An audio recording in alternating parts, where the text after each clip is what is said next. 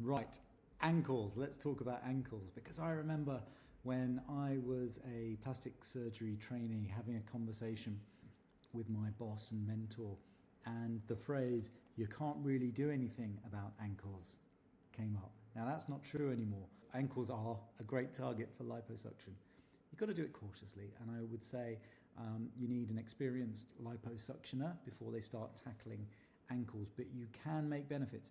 And this is what people come to me for and really complain about, because this lady is not overweight, but she just doesn't have shape. There's no real distinction between the calf and the ankle, and I hate the phrase cankle, but it's quite descriptive.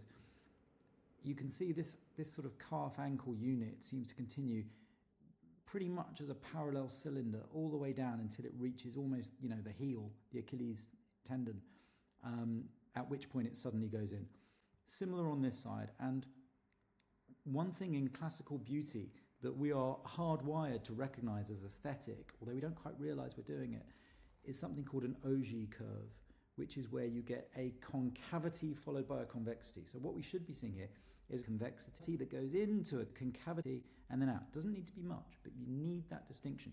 If you just get convexity and then boom, new structure, like here, convexity and heel, then that's not, we glance at that and we see that as being unaesthetic. So what we are aiming to do with liposuction is to target the areas of abnormal excessive fat deposition in these regions, just to recreate some of those things. So that was the plan.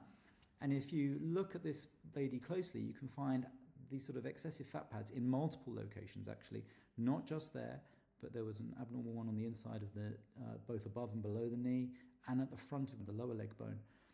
And you can just sort of see my markings there.